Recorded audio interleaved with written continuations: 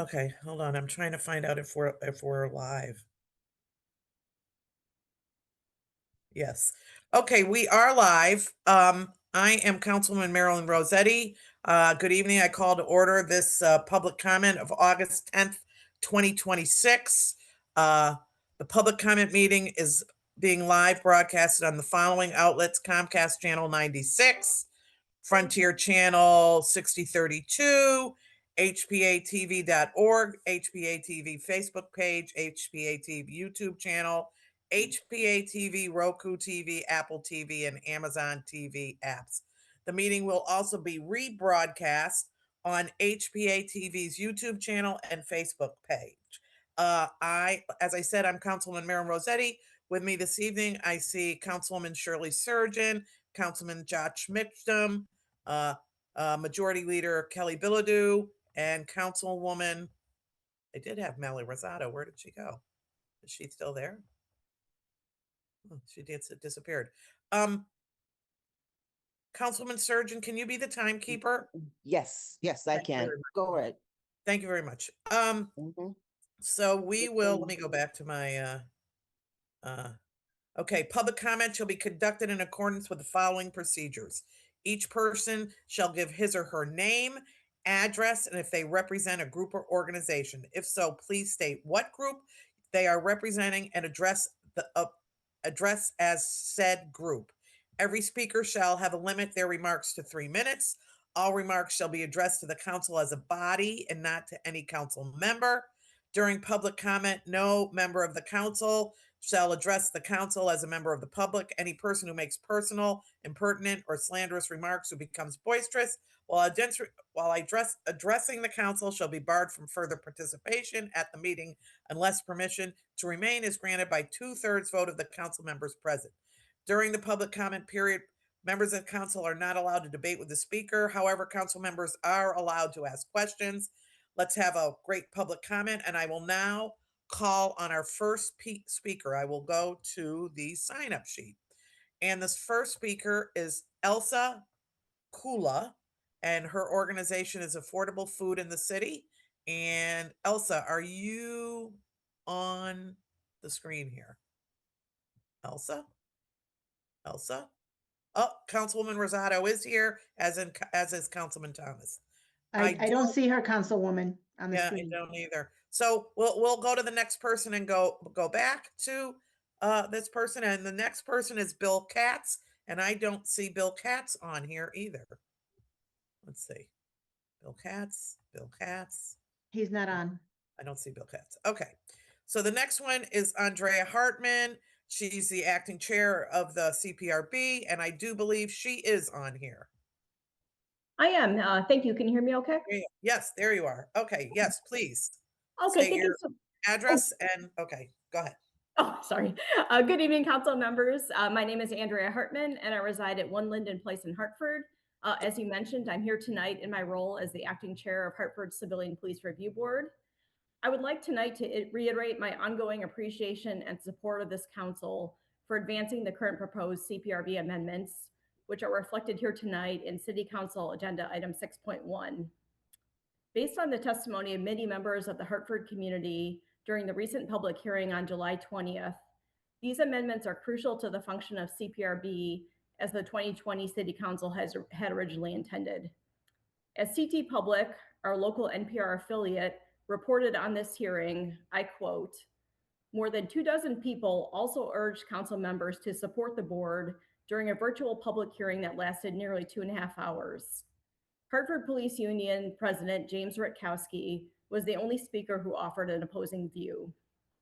Also, I wanted to reiterate and say thank you again to just some of the many organizations who provided testimony and support for these amendments, including the NAACP Greater Hartford Branch, the Greater Hartford Interfaith Action Alliance, North Hartford Public Safety Coalition, the Center for Leadership and Justice, Liberty Christian Center, the Greater Hartford African American Alliance, the American Justice Project, and BLM 860. Tonight, I urge the council members to please continue to listen to the voice of your local constituents and vote to move these CPRB amendments forward towards final approval. Thank you so much. Thank you. That brings us to our next speaker, which is Mr. Downs. Mr. Downs, state your, well, obviously I'm saying your name and your address. I know you're there because you were talking. There you are. Got to go off mute now. Still on mute. Okay. There Here we you go. go. Okay. Yeah. Mike Downs, 74 Rosemont Street in Hartford. It took just two issues. One is there are 5 bus stops in front of St. Justin St. Michael's Church, right in front of the church, within right there, the block of the church, and 5 bus stops. And basically, what the bus stops do is prevent people, especially people with a handicap, from parking in front of the church and going into the church, into the front of the church, instead of having to park either the parking lot block down the road or parking in the rear of the church and walking to the front. But those bus stops unnecessary. They could be a block away, block either side of the church. They're on the west side and the east side, and they could be moved a block south and a block north very easily. And I'm sure the council has little to do with exactly that, but there is a department in the city of Hartford that does, and you probably have a committee that studies traffic movement in the city of Hartford, and that's one issue that I have a complaint about. And I think it's unnecessary to have those bus stops directly in front of that church. That church has been there 100 years, so it's unnecessary. And secondly, we still need more money for Hartford Public Schools. I see these campaigns spending. One of them was reported to spend $3 million for the congressional campaign, and the school system could use $3 million.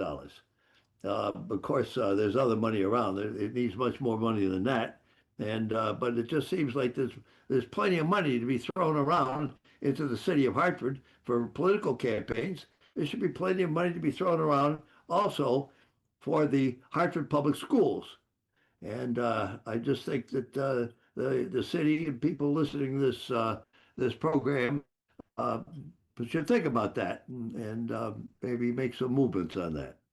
And the Civilian Review Board, as a member, a life member of the NAACP Greater Hartford branch, we supported that back 40 years ago, and we started with Wilbur Smith, and we still support it.